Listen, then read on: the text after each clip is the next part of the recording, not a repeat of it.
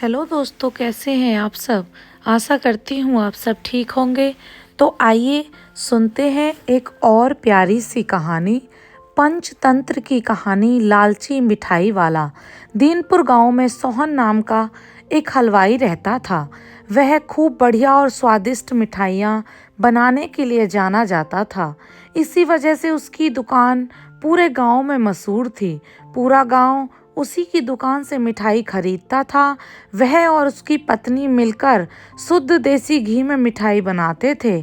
इससे मिठाइयाँ काफ़ी अच्छी और स्वादिष्ट बनती थी। हर रोज़ शाम होते होते उसकी सारी मिठाइयाँ बिक जाती थी और वह अच्छा मुनाफा भी कमा लेता था। मिठाइयों से जैसे ही आमदनी बढ़ने लगी, सोहन के मन में और पैसा कमाने की लालच आ गई और अपने इसी लालच के चलते उसे एक तरकीब सूझी। वह शहर गया और वहां से एक दो चुंबक के टुकड़े लेकर आ गया। उस टुकड़े को उसने अपनी तराजू के नीचे लगा दिया।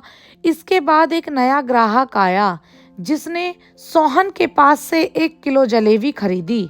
इस बार तराजू में चुम्बक लगने की वजह से सोहन को अधिक मुनाफा हुआ। उसने अपनी इस तरकीब के बारे में अपनी पत्नी को भी बताया, लेकिन उसकी पत्नी को सोहन की यह चालाकी अच्छी नहीं लगी।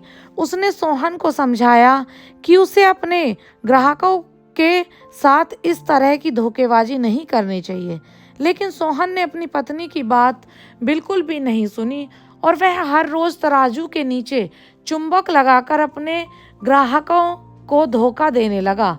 इससे उसका मुनाफा बढ़कर कई गुना अधिक हो गया। इससे सोहन को काफी खुशी हुई।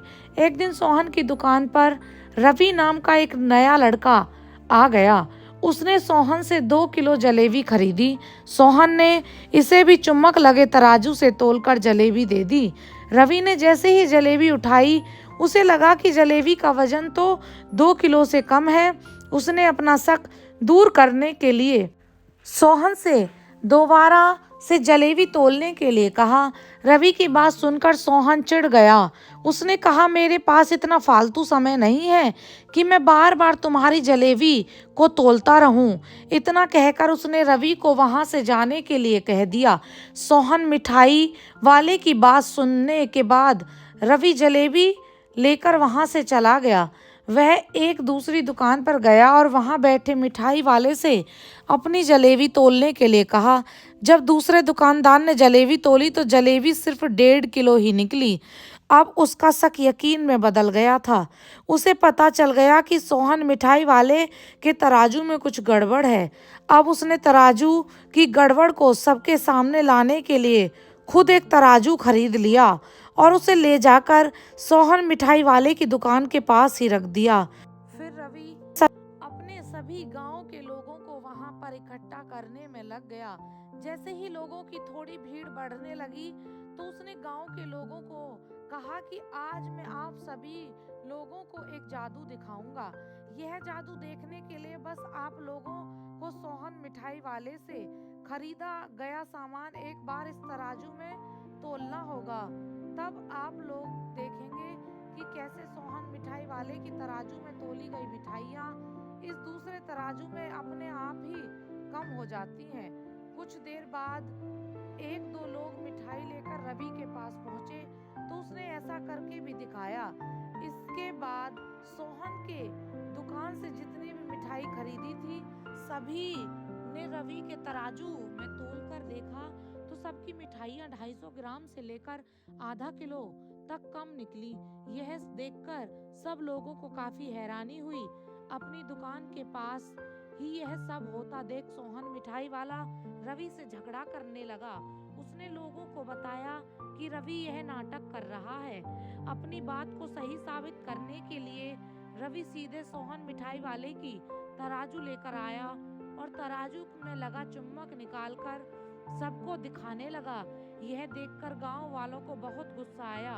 सबने मिलकर एक लालची मिठाई वाले को खूब मारा। अब उस लालची मिठाई वाले को अपने लालच और उसके कारण की गई गलत हरकतों पर पछतावा हो रहा था। उसने अपने गांव के सभी लोगों से माफी मांगी और वादा भी किया कि भविष्य में वे ऐसी कोई भी जालसाजी नहीं करेगा। सोहन की इस धोखेबाजी से पूरा गांव नाराज था, इसलिए लोगों ने उसकी दुकान में जाना काफी कम कर दिया। इधर सोहन के पास पछताने के अलावा कुछ और नहीं बचा, क्योंकि वो पूरे गांव वालों को भरोसा खो चुका था। इस कहानी से हमें यह सीख मिलती है कि कभी भी लालच नहीं करना चाहिए, हमेशा ईमानदारी के साथ अपना काम करना चाहिए और इंसान का नाम इससे खराब होता है। लालच के चलते भले ही कुछ समय के लिए अच्छा फायदा हो, लेकिन इससे इज्जत और आत्मसम्मान दोनों कम हो जाते हैं। तो आशा करती हूँ दोस्तों आपको यह स्टोरी अच्छी लगी होगी। अगर अच्छी लगी है तो लाइक शेयर एंड चैनल को सब्सक्राइब करें। Bye bye, take care.